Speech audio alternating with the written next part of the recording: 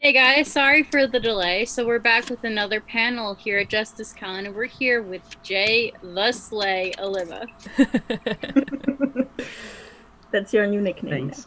I know. I noticed that. Thanks again for the intro. Sorry for the delay. It's That's all okay. good.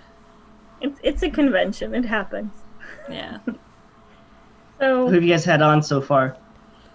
we had a really nice talk with Ink to the People and American Foundation for Suicide Prevention, Oh, and we great. also had Ray Porter on. So he told us a Oh, bit of cool. the dark side, and he told us a bit about his Sandman project and stuff. Oh, that's great. That's awesome. Yeah. Now we've So got we have you, and there's a lot that people want to hear. The chat is going crazy. oh yeah. Uh-oh.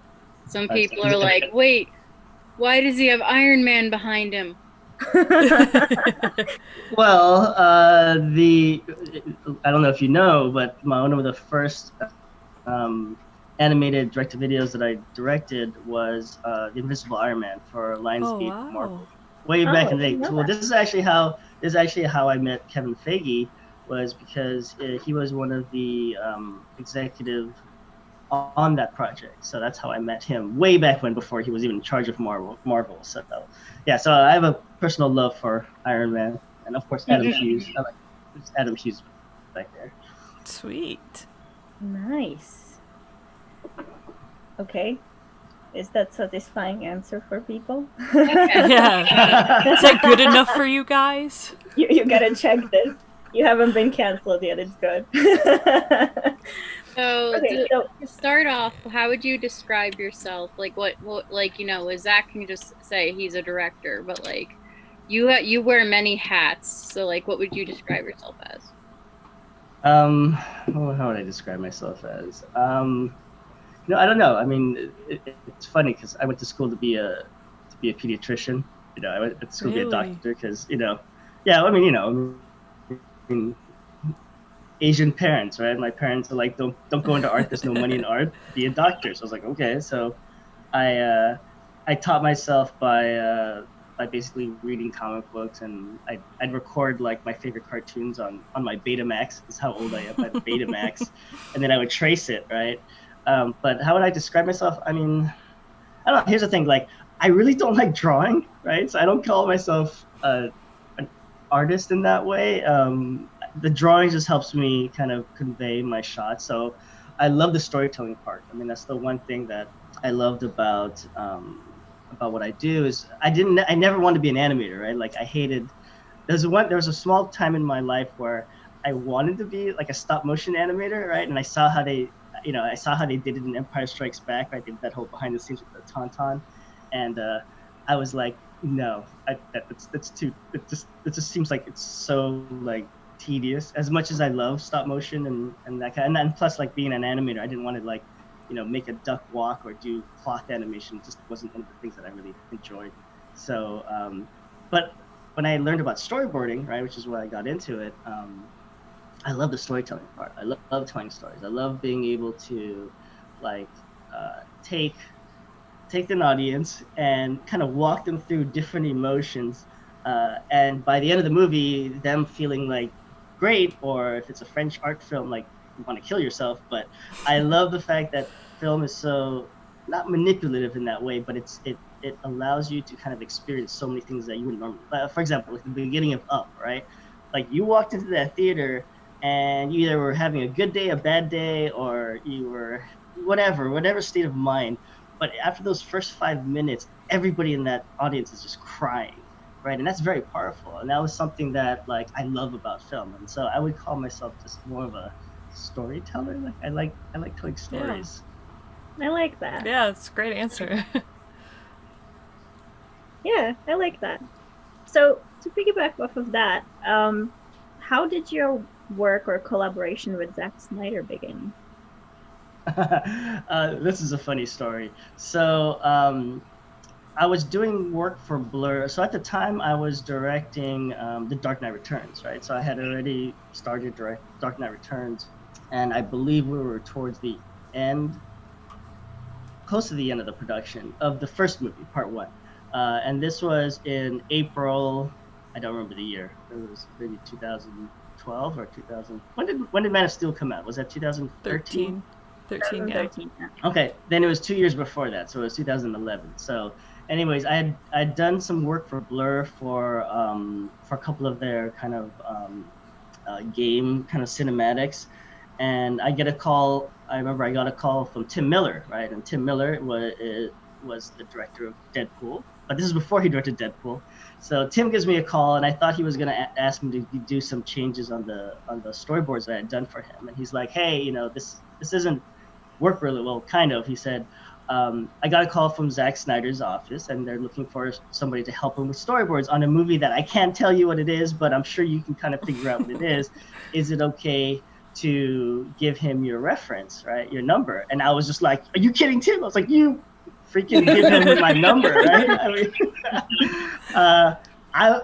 and he started laughing, and he's like, okay. And so, I got the phone with him, and it was literally like one of those things where I'm like, I'm gonna be cool.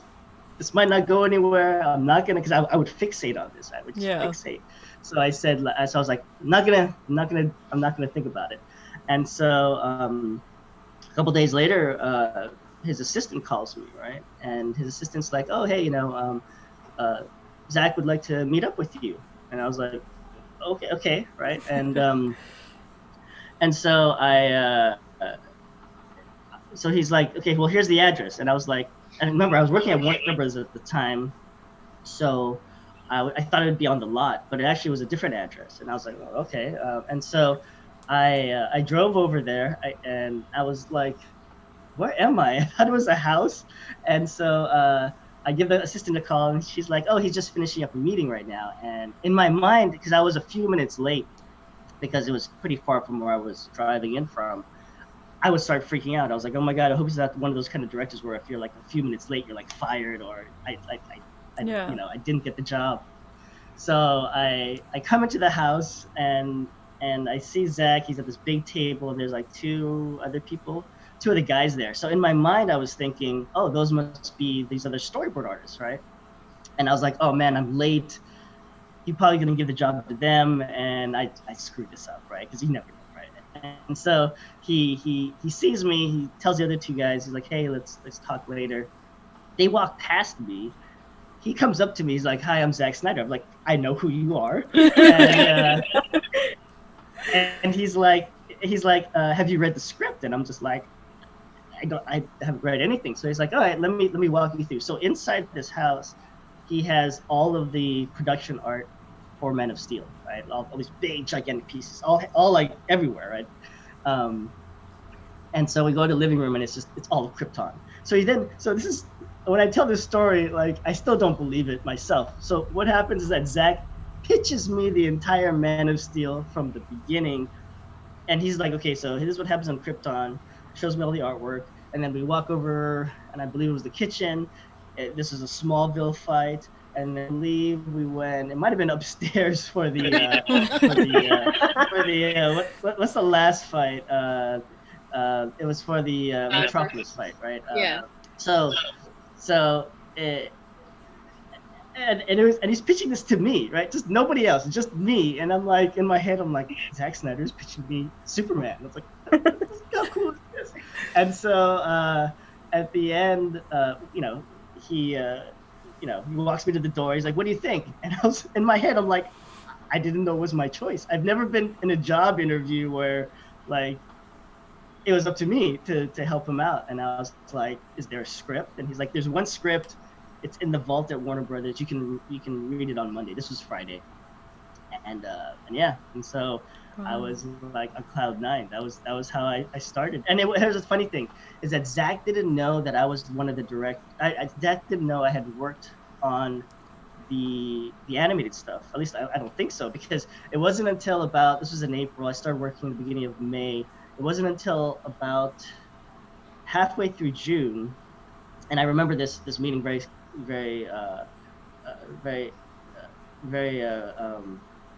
closely. Is that so the way that it works with live action directors, what they usually do is they'll just give you like shots. They're like, okay, I want a close up of this, go to that.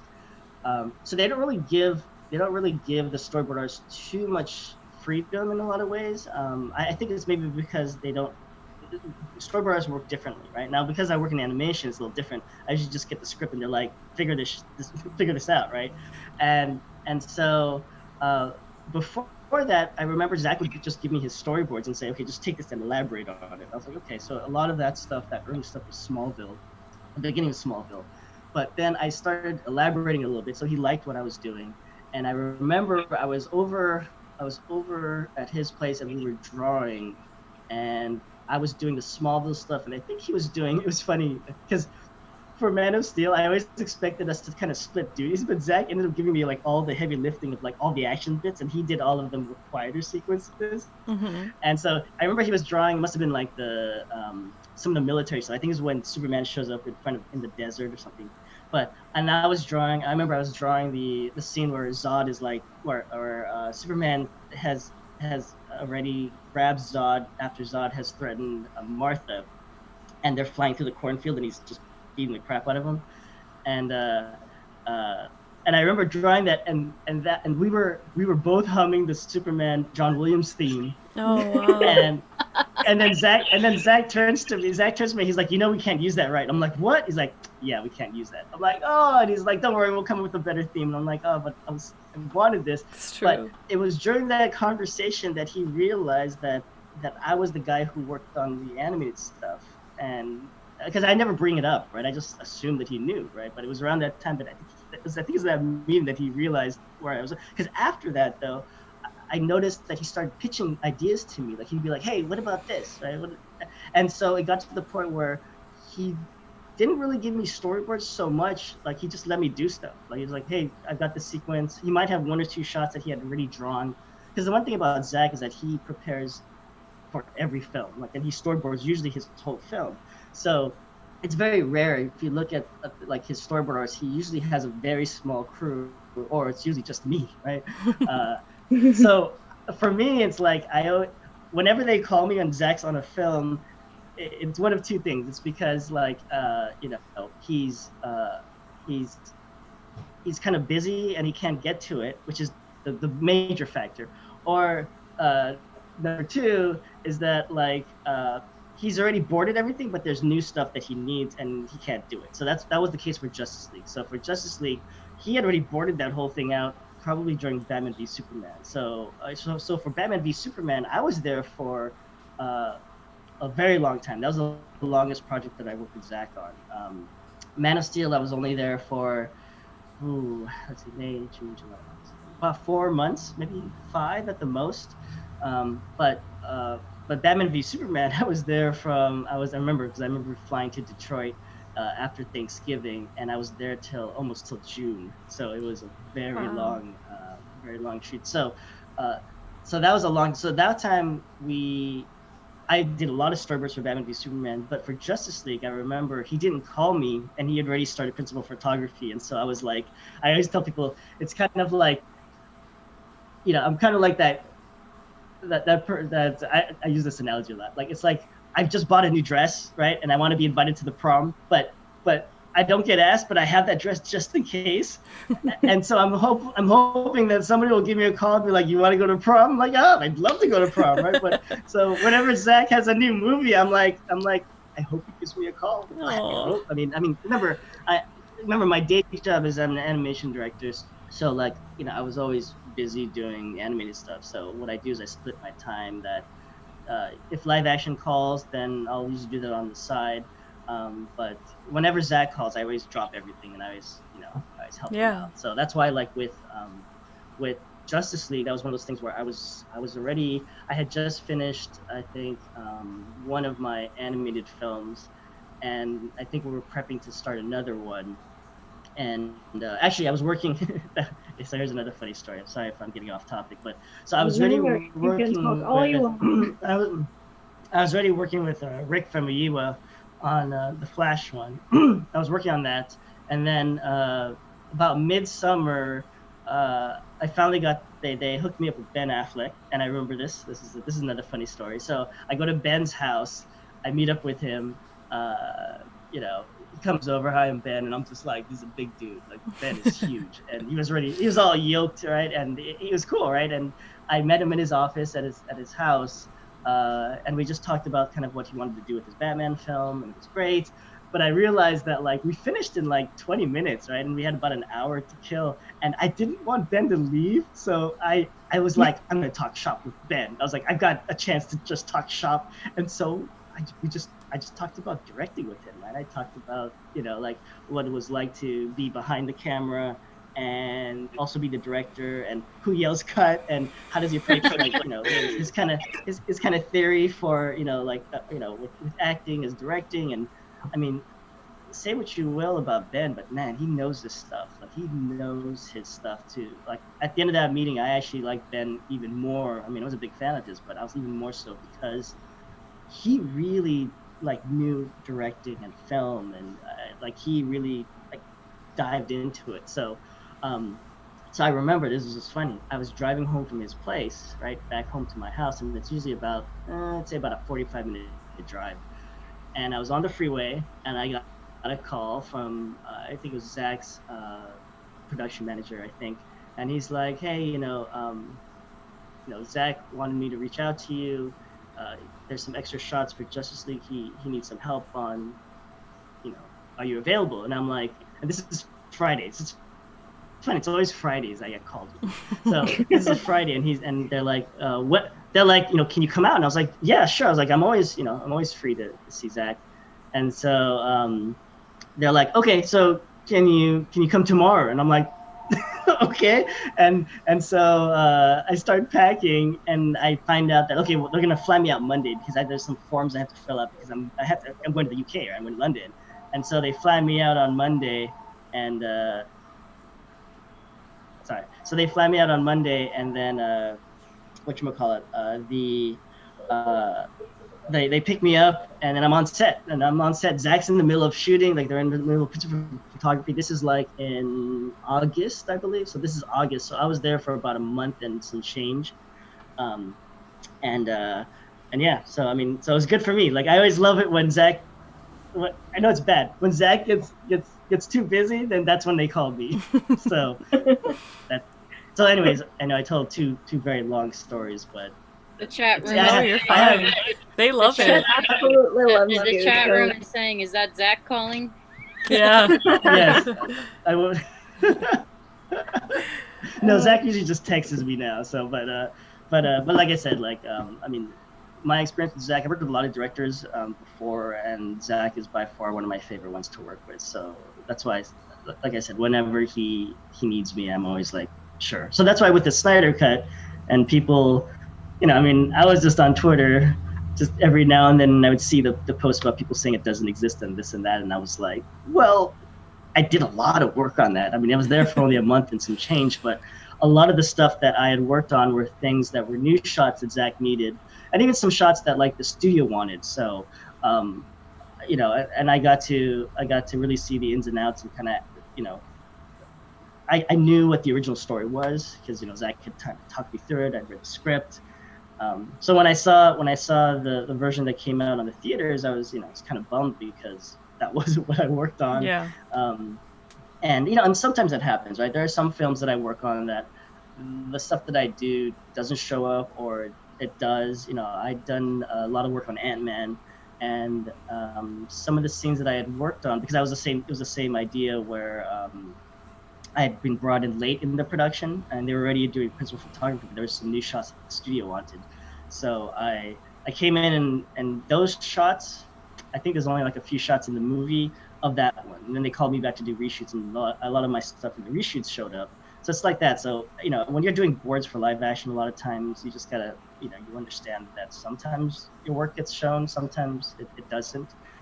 Now in animation, my work always gets shown because there is no other camera shots. Like basically Right. what I draw is what shows up on screen. So you mentioned that you're quite busy lately. I mean, you're probably always Mhm. busy, but what are you working on right now? There's a lot of, like, in a chat and before on Twitter and everywhere, there's a lot of questions, and I mean, Cole and I have similar questions because we're really excited about the idea Yes. about the Norse mythology show for Netflix. Is that still a thing? Is that being worked on? Is that going to be worked on? So I yeah. Oh yeah, so right now we are in production on the Norse mythology thing. So, oops, sorry, my internet might be going a little weird. It's okay. So we're in production with the Norse mythology thing. That one I'm doing with Zack. I wrangled Zack into animation because I remember I believe it was in Man of Steel. Might be Man of Steel. Man of Steel or BVS. It was when the Watchmen Ultimate Edition came out and it had the Black Freighter stuff.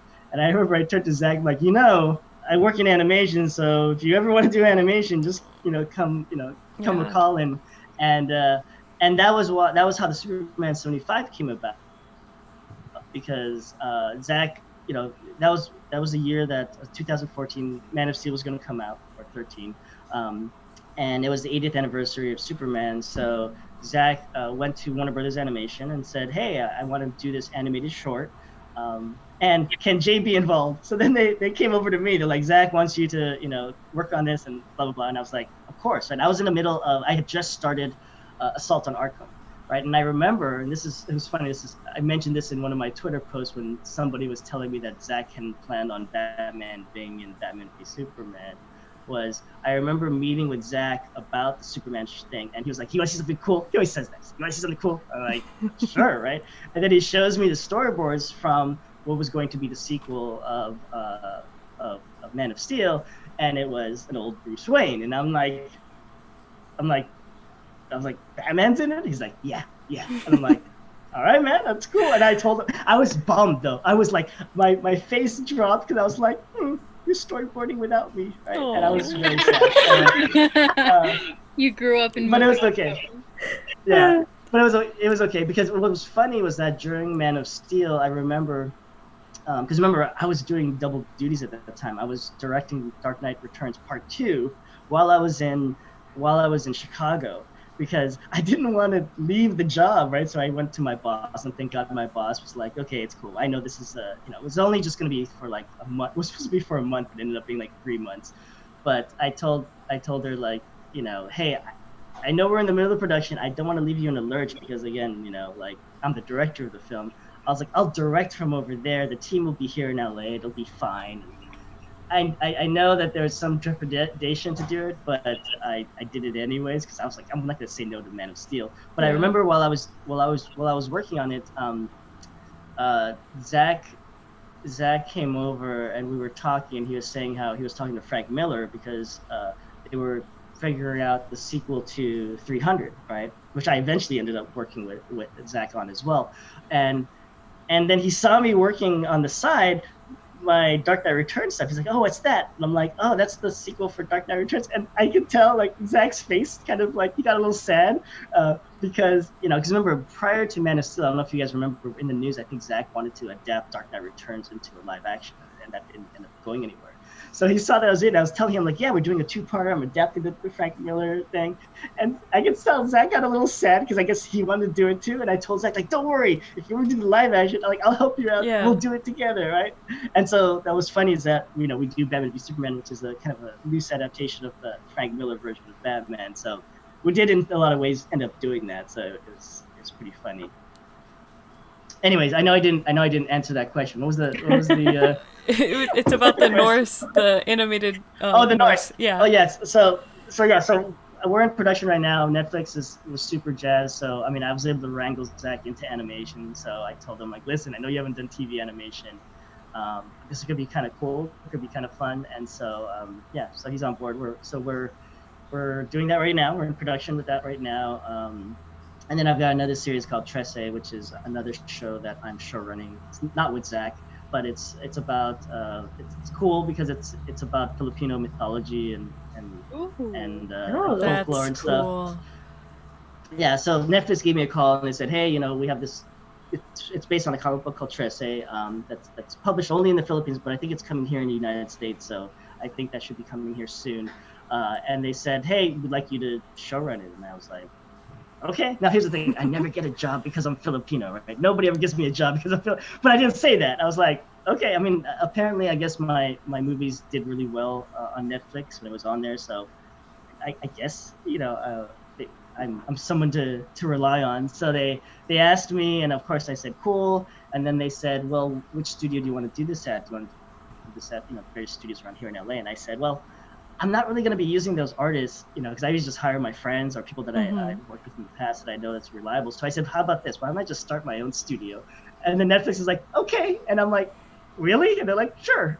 And so I started my own animation studio in 2018. So right now, Awesome. we started with one show. So Tresse, we're still in that. It's going to be coming soon. We're going to be making an announcement of that soon, when that will come out.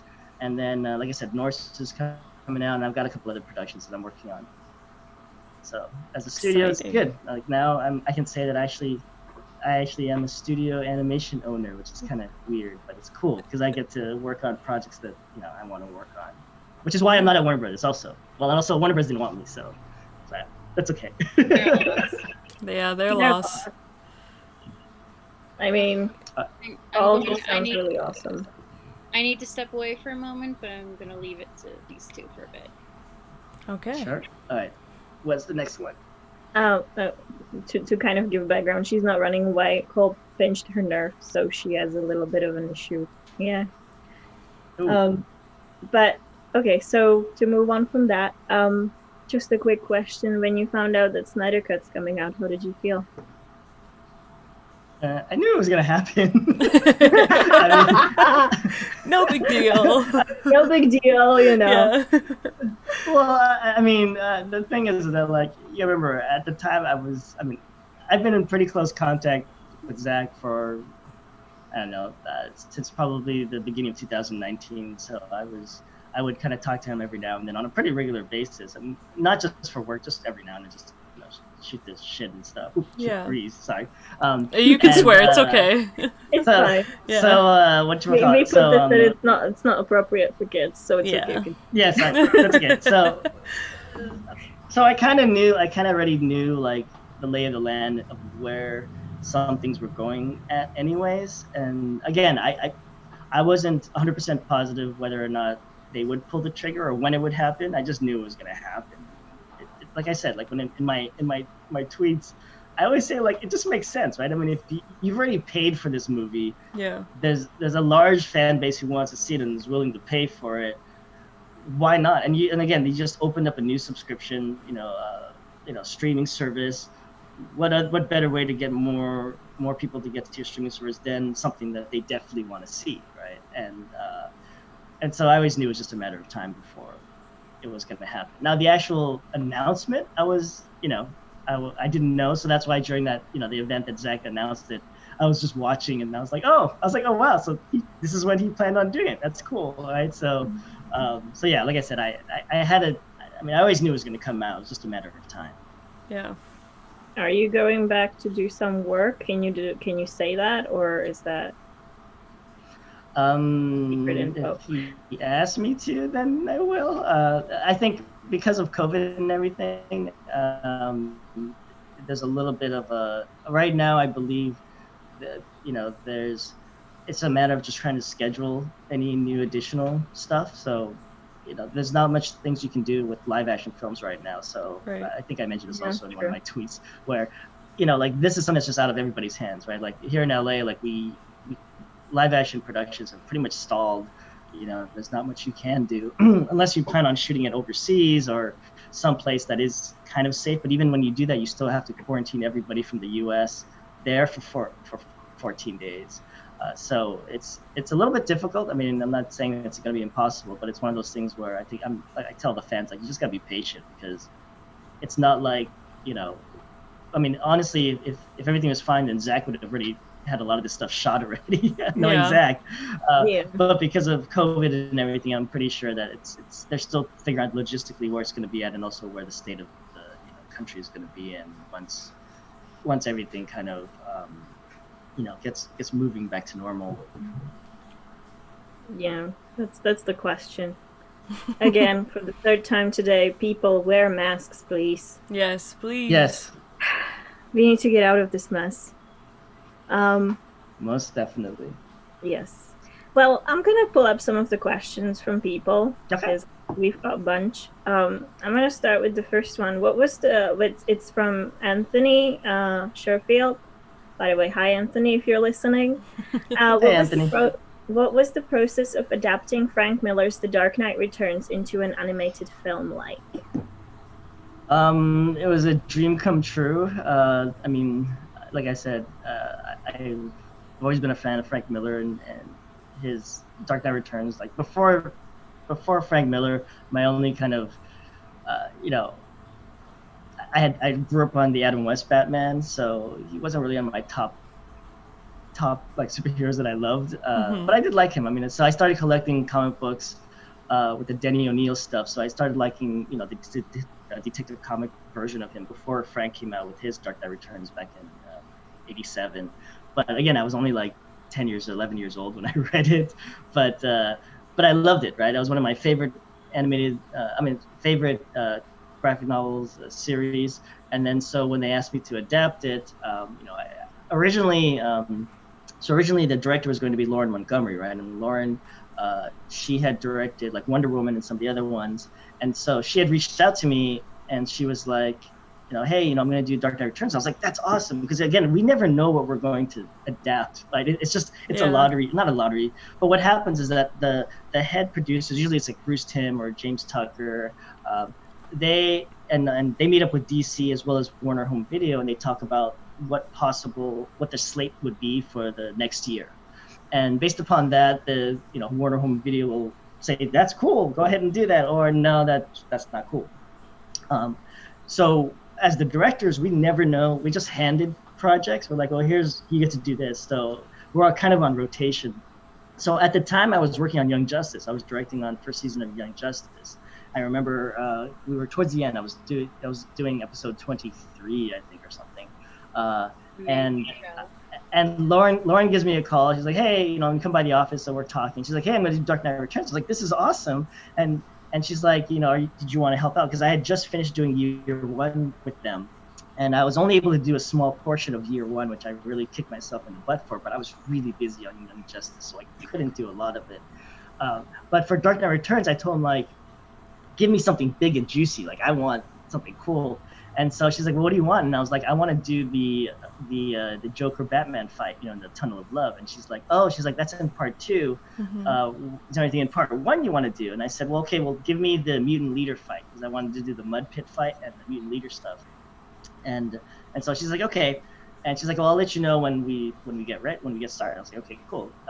So it was great because she gave me first dibs on the entire script. So those are the parts that I picked that were really juicy. So a few weeks later, I get a call, and the main boss of the studio wants to meet up with me. And I was like, okay, I hope I'm not in trouble. So I go in there, and she's like, well, Lauren is leaving. She's gonna go. I think she was going to Nickelodeon. And we want you to take over. And then Bruce Timm came in, and they said that, you know, Bruce and Lauren, you know, would like you to take over, because remember, they hadn't really started yet for Dark Knight Returns. And I remember I was like livid. I was so happy. And so I remember driving home on the freeway in traffic. It was the worst traffic in LA, but I didn't care because I was just like, this is cool, right? How amazing was this? And so my team and I, we started combing through the graphic novel, which I'm sure there's some people who are tweeting that I didn't do my research and I didn't read the comic, which is funny. But we went through the comic, and Bob Goodman did an amazing job translating it into a 2-part script. And what we did is we went through the different sequences, and we kind of, you know, pick and choose what worked, what didn't work, our version of, you know, of what this could be and what could be very different. Because remember, a lot of people have kind of mined the Dark Knight Returns over the years for ideas or visuals, and do we do the same thing? Do we do something different? You know, I mean, I wanted to do a thing where I wanted to really keep it as a period piece. I want to keep it into this Cold War 80s kind of world, because that's kind of what it is, instead of really updating it. There was some things where we wanted to really, well, what's funny is that year one, if you watch that, Bruce really wanted to stick really close to the source material. So there's nothing new in there, which my criticism of it is that because there's nothing new, it's a little not boring, but it's a little dry because if you read the comic, you see it there. It's nothing really new to it, and I think that's one of the failings I think from somebody like myself, a fan who's watching it, right? So approaching Dark Knight Returns, I knew that was the kind of the impression that I had got getting away from watching the year one stuff. As much as I love that, I think the animation was great, and I think it was very groundbreaking with this. It's really close adaptation. I knew that going to Dark Knight Returns, because what's really great is because how Frank wrote it, it's really up to interpretation, right? There's a lot of things that you're like, I'm not so sure if this is what Frank wanted or whatever, but I knew that there were certain key points to it that I was like, this is amazing. Let's kind of really, mine this, because this is a great kind of visual. So like, for example, one example is when the general dies, right? In the comic book, it's just an image of Batman holding this guy draped in an American flag, right? And that was it. And then you had to piece out what happened with the kind of like the little kind of text on the side of kind of recalling it.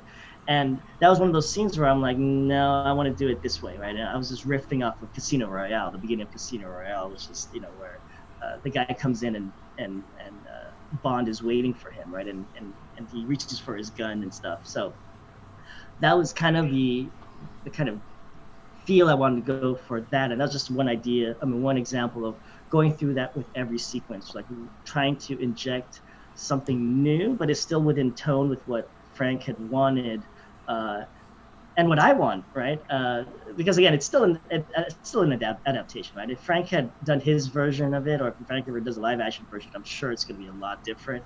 But this was kind of like, I told people, this is my love letter to that 11-year-old me who read that comic, fell in love with it, loved it for the next, I don't know how many decades, and actually got a chance to bring it to the big screen, or the small screen in this case, and try to inject my own kind of like things that I love. So one of the things, I grew up in the 80s, right? So my favorite film, Empire Strikes Back, right? But I love, I grew up during the time of Dungeons and Dragons, and Secret Wars was one of the first Marvel comic books that I read, and I love Crisis on Infinite Earths, and so I love those kind of stories where, like, just like Up, right, where people, like, there's a lot at stake, right, where people die, and there's sadness, but there's joy, there's hope, and those are the stories that I like, right? Not so much. It's funny because people think that all I do is the big fight stuff, but I love the stories that really get you emotionally invested. And the one thing I did love about The Dark Knight Returns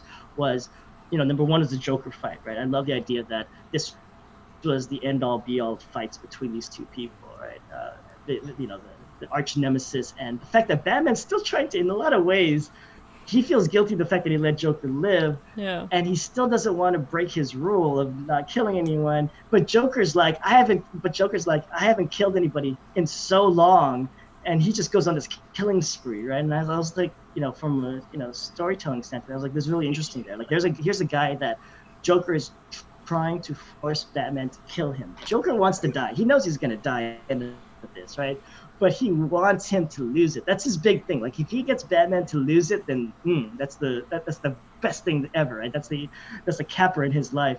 And I was like when we approached that scene, that was the kind of idea that I wanted to really get across, right? And so there's a lot of really great set pieces, like with the mud pit and everything, that I think really tell a story of a Batman that, again, when I read it as a kid, I hadn't seen before. I never saw a Batman that was old and out of shape and kind of like wasn't the goody two shoes, like the Adam West guy, right? The Adam West version. And I like the idea that he gets to fight Superman at the end, right? And how I wanted to really make it clear that they were friends at some point, but now they've gone these different paths. And it was interesting, right? I mean, again, by that point in my career, I had done a lot of Batman. Right? I had done Under the Red Hood. I did like Public Enemies. I did a lot of Batman projects for Warner Brothers. So I also Brave and the Bold with James Tucker. So this was a chance a Batman that I hadn't really seen on screen before, right? And it was a very damaged Batman, which is why when I found out what Zack was doing with Batman v Superman, I was totally on board because remember, I've done so much Batman before, so seeing this iteration, this Dark Knight Returns Batman on screen in an entirely new story, to me that was awesome, right? It wasn't like they were basically just riffing on a particular graphic novel or story or comic book. It was, if you watch Zack's films from Man of Steel, I mean, hopefully when we see it with the Snyder cut, it's an amalgamation of a lot of different source materials, right? And if you're a comic book fan, you'll see that. You'll see that he's pulling a story from this thing and that thing, and it's just something very unique and new, which is funny because I mean that's what the Marvel films are doing, right? They're just basically taking. I mean, so here's the thing: I worked on a lot of Marvel films, so in the past, Marvel series, and if you do Spider-Man, right? So I've done 4 Spider-Man animated series. 3, and then I did Homecoming, right? So I did live action as well. But if you look at Spider-Man, for example, who's actually, by the way, probably my favorite superhero, they always follow the same beats, right? There's always Uncle Ben dying. There's always a Gwen Stacy storyline, and she has to die. There's always Mary Jane as the love interest. There's always the Kurt Connors Lizard. Mysterio's thrown in somewhere. Green Goblin also is going to be the big nemesis at some point. And then it's going to usually end with Venom, right? And then maybe you throw in the Shocker and Kingpin, right?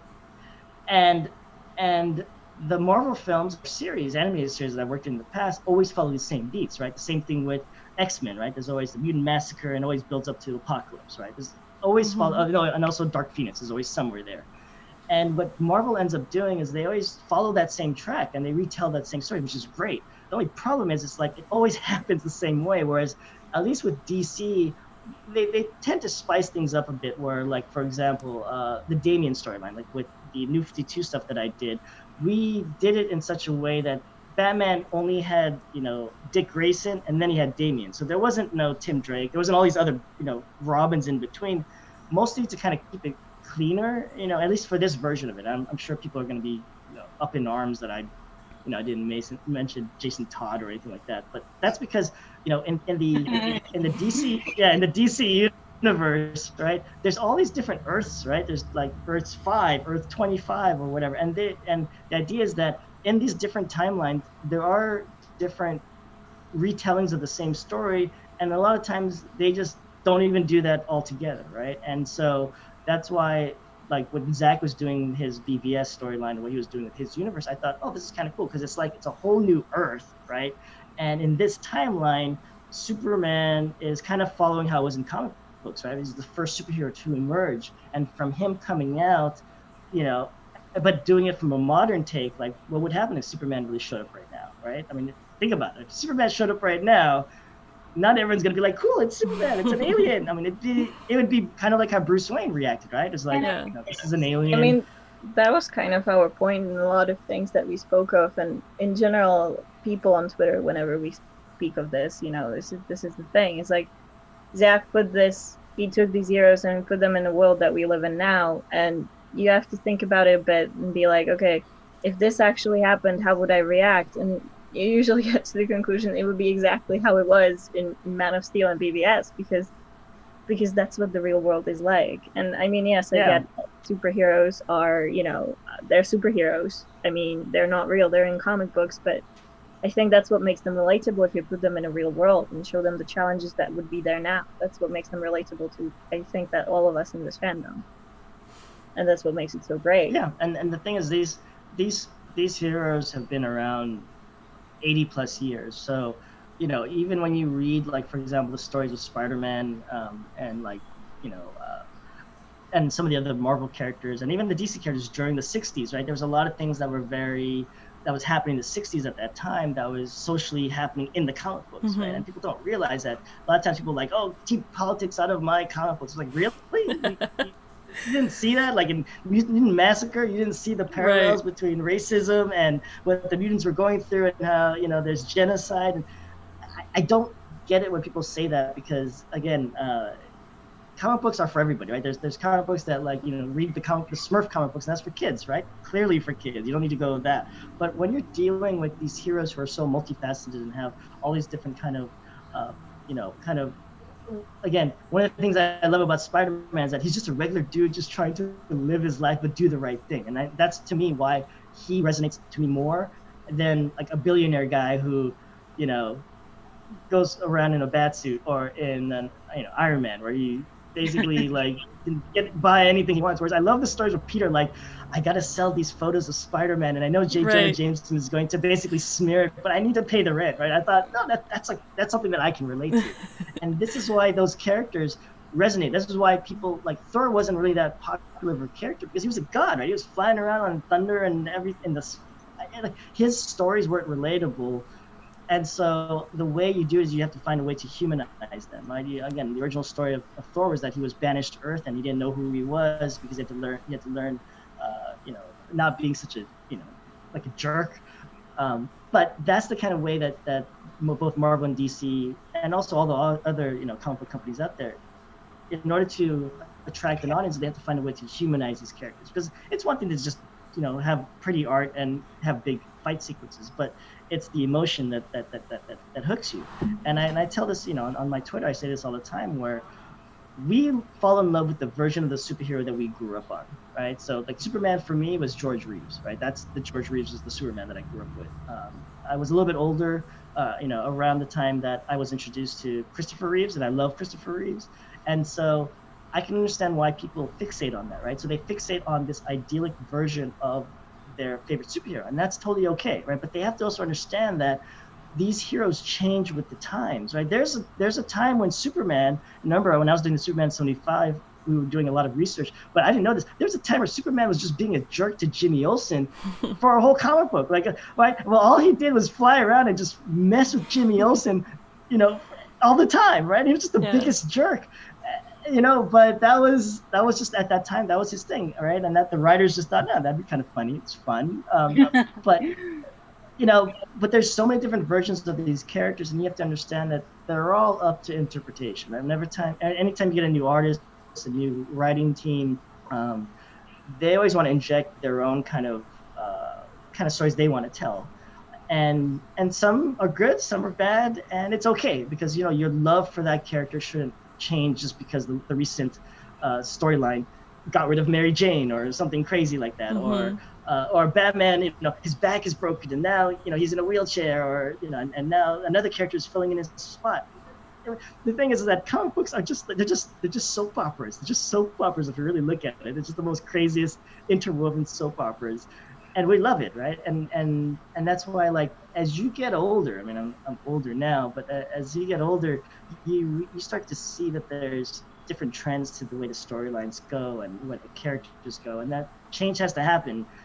As much as I don't like certain things that where certain characters went, but it's okay, right? Because I know it's gonna get retconned somewhere, right? I know that at some point it might change, or like when I do my animated stuff, I just do the version that I fell in love with, right? I mean, this is why, like, for example, like James Tucker did Brave and the Bold, because that's the version of Batman that he loves, and so he did that, right? And that's why when I did my stint on Warner Brothers stuff, I did my version of the DC universe, playing within, if I was doing, like, for example, if I was doing the Bruce Timm universe, when I was doing something like the Justice League or that kind of thing, I just enjoy it, right? I'm playing in the world that Bruce created. When I get my own stories, like, for example, let me see, what was a good example? Well, Assault on Arkham was actually based on the video game, but Assault on Arkham was a fun project because I basically made it into a Christmas Die Hard themed movie, which it wasn't originally.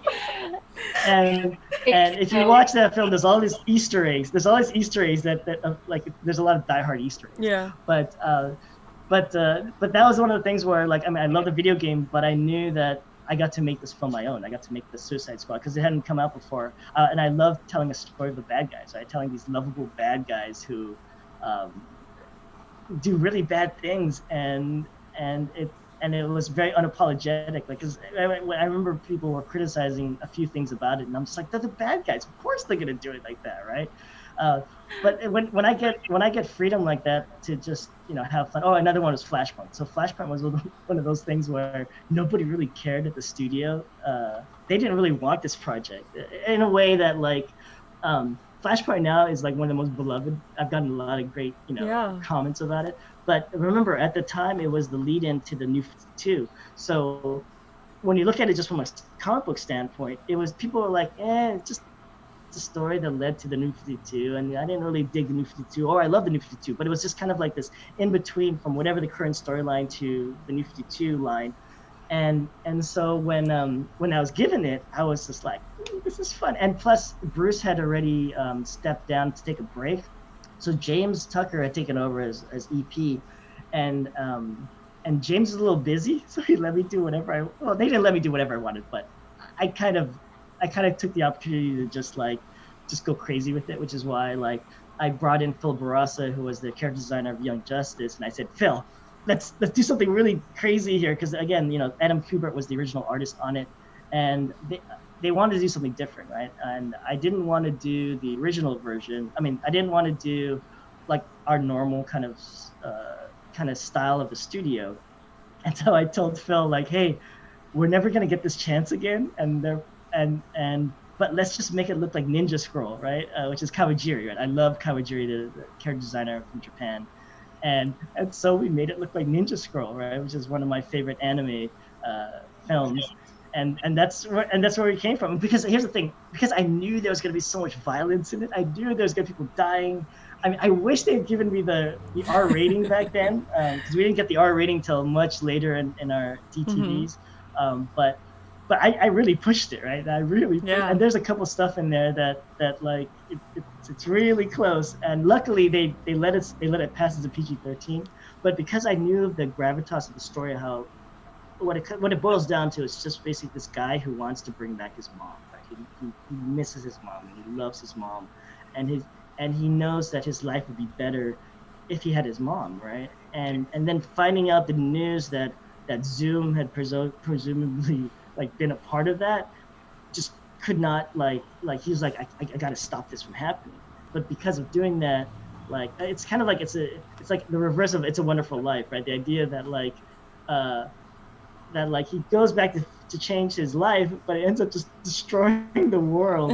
And I thought, what a great story, right? Yeah. And so what I did is I read all the comic books. I forgot how many comics were, something like 30 comics. It was a lot.